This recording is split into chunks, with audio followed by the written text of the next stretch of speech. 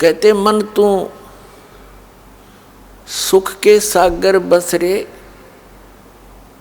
भाई और ना ऐसा यस रे। अब वो सुख सागर क्या है? ये काल का लोक जिसमें आप रह रहे हो, ये तो दुख का सागर है।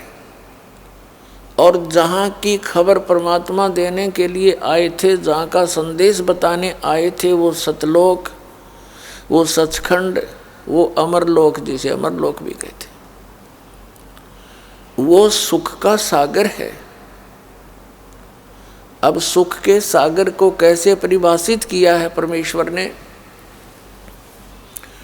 शंखों लहर मेहर की उपजे, कहर नहीं जा कोई, दास गरीब अचल अविनाशी, सुख का सागर सोई।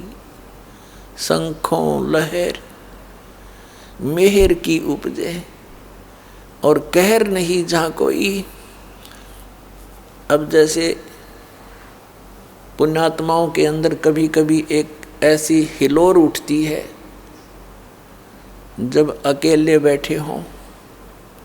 इस दास के साथ तो अनेकों बार होता है। तो उस समय ऐसी स्थिति हो जाती है, आत्मा इतनी उभार लेती है, इतना उभार लेती है, किसी ने कितना ही परेशान कर रखा हो, कितना ही दुखी कर रखा हो, उसके प्रति भी एक अपनापन सा जागृत हो जाता है और सब अपने से लगते हैं।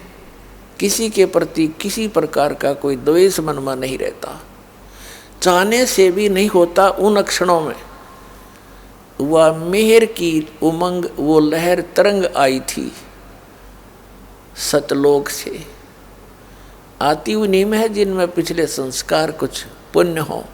लेकिन हम यहाँ संसारिक क्रियाओं को देखकर हम अपने अंतःकरण को इतना मलिन कर लेते हैं कि वो जो हिलोर उठती है वो दब जाती है, इस अड़ंगे का नीचे दब जाती है।